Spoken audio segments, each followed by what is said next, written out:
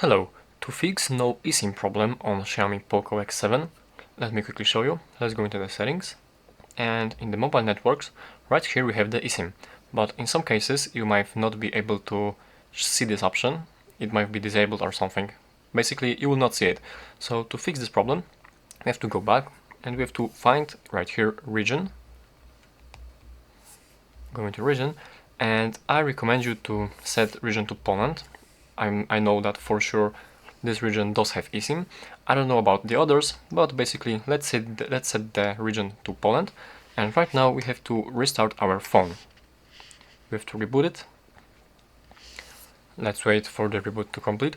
And basically on all the sites that you might find information about eSIM, they will say that this phone doesn't have eSIM, but as you can see, it apparently does have eSIM, but you have to kind of do a trick to enable it.